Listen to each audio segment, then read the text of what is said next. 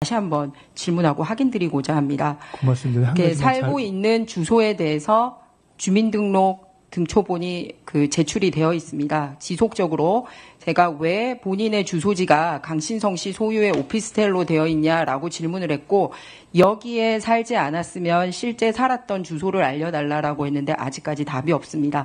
그리고 말씀을 드리자면 답변하시던 과정 중에 해외에 있을 때 우편물을 받기 위해서 그 주소로 옮기겠다라고 했는데, 오히려 미국에 나가 있을 동안에는 김민석 후보의 어머님 집 주소로 되어 있다가 가족들이 한국에 오는 시기가 되어서야 오히려 강신성 씨 소유의 주소로 바뀌는 것을 확인을 했습니다. 뒤에 한번 넘겨봐 주십시오. 예, 이렇게 본인이 제출한 자료에 따라서 앞서 도표를 그렸다는 말씀을 드립니다. 아울러서 이때 한국에 도착돼 있다는 거는 최고위원 회의에서의 김민석 후보 발언도 얘기를 했지만, 예, 그래서 제가 묻고 싶은 거예요. 그 당시 실제로 어디 살았는지. 근데 전 부인도 인터뷰를 하셔서 한국에 있었던 시기랑 미국에 있었던 시기를 얘기를 하더라고요. 다음 화면 보여주세요. 언론에, 이거는 후보님 본인이 있었던 겁니다. 제가 강신성 씨 소유 오피스텔에 주소 옮겼을 때는 해외에 있다고 자꾸 주장을 하셔서 그때 언론을 찾아봤더니 앞으로 돌려주세요. 저랑 속도를 좀 맞춰주세요, 시트. 예. 그래서 여기 보면 후보님이 한국에 명확하게 있었던 시기와 강신성 씨에게 주소를 뒀던 시기가 일치하고 있습니다. 쭉쭉 넘기시면 됩니다. 쭉쭉 넘기시면 되고요. 마찬가지로 역시 가족분도 이렇게 있습니다. 그러면 넘겨주세요. 예, 서울에 있다라는 거 나왔습니다. 이런 식으로 주소지에 대해서 그래서 묻고 싶습니다. 그러면 주소만 저기에 두고 있고 그랬다면 도대체 어디에 살고 있었고 왜 실제 거주지 주소를 제시하지 않는지를 말씀해 주세요. 어디에 살았던 겁니까? 왜냐하면 저희가 지금 주소 불명지였던 사람에 대해서 인사청문을 하고 있는 겁니까? 그래서 질문 계속 드리겠습니다. 공적 문서에 대한 신빙성이나 사적 문서를 대하는 이 문서에 대한 태도를 여러 군데서 발견할 수 있었어요. 제가 이제 비행기 편 말씀드렸고 주소지 말씀드렸고 이번에 금전 소비 대차 계약서도 마찬가지입니다. 저기를 보면 명확하게 강신성 씨하고 돈 빌렸을 때도 23년에 이렇게 반환하겠다라고 되어 있고요. 그리고 원금과 이자는 각각 어떻게 반환하기로 되어 있고 그 날짜에 맞지 않을 경우에는 만료 1개월 전까지 상호 합의하여 상환 조건과 방법 등에 대해서 변경 약정할 수 있다 되어 있습니다. 변호사 자격증 가지고 계시기 때문에 재계약을 맺는 거라든지 이 갱신하는 절차에 대해서 잘 알고 있을 거라고 생각합니다. 그런데 양쪽이 다 깡그리 이걸 무시를 했어요. 돈을 줘야 되는 쪽도 받아야 되는 쪽도. 그리고 후보로 임명되자 이제 그거를 한꺼번에 갚았단 말이에요, 갑자기. 그래서 사실상 이 금전 소비 대차 계약서도 실제로 지킬 의향이 없는 그냥 종이 쪼가리로 생각하고 문서를 대하지 않았나라는 생각입니다. 다음 세 번째 문서 보겠습니다. 한강빌라 전세 계약서입니다. 이 부분 관련해서도 실제 전세가 있었는지, 정말 돈의 흐름이 있었는지, 통장 내역이든 전세금이 정말 오고 간 거에 대해서 얘기를 해달라고 했는데 개인정보 동의하지 않고 금융실명제 이렇게 하면서 제출 안 했어요.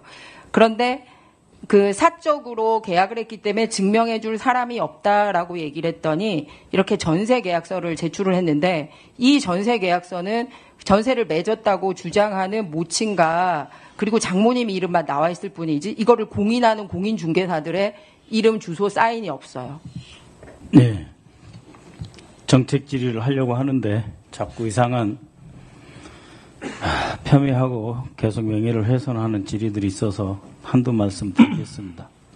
강금실장과 노무현 정권 시대에 여기 후보자께서는 그야말로 정말 아무나 욕해도 되고 아무나 함부로 대해도 되는 그럴 정도의 마치 그리스 신화나 이런 데 나오는 도편 추방제도 있지 않습니까? 오스트라시즘이라고 하는데 도편 추방을 당한 지도자와 같은 그런 입장이었습니다. 누가 누구를 봐줍니까?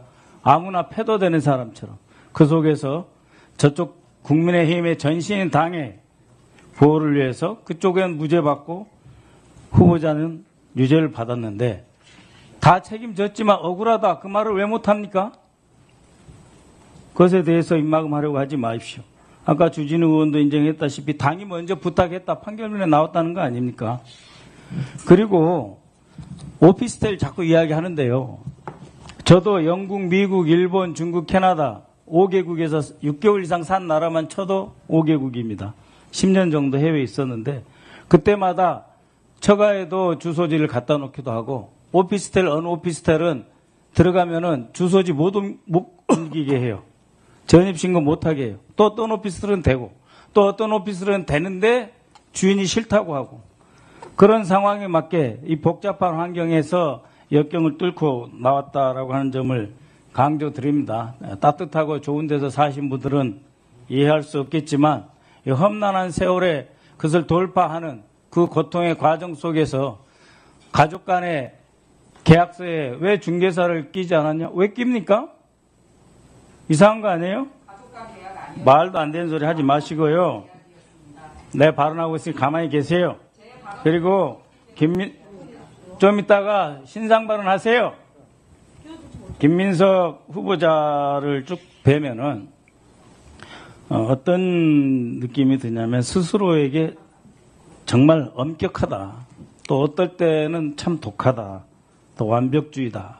이런 것을 많이 느낍니다. 그걸 느끼려면은 아주 젊었을 때도 그렇지만 계속해서 동일한 느낌이 있는데 그것은 어떻게든지 간에 내가 우리 대한민국과 역사를 위해서 내가 받은 소명 반드시 뭔가 이뤄내고 말리라라고 하는 결심과 확신, 그래서 자기를 끊임없이 담금질하고 단단하게 키우고자 하는 그런 의지가 많이 드러나 있고 그것이 있기 때문에 아까 우리 이종배 위원장님 말씀하신 그러한 그 민주화운동 보상금도 받지 않았다.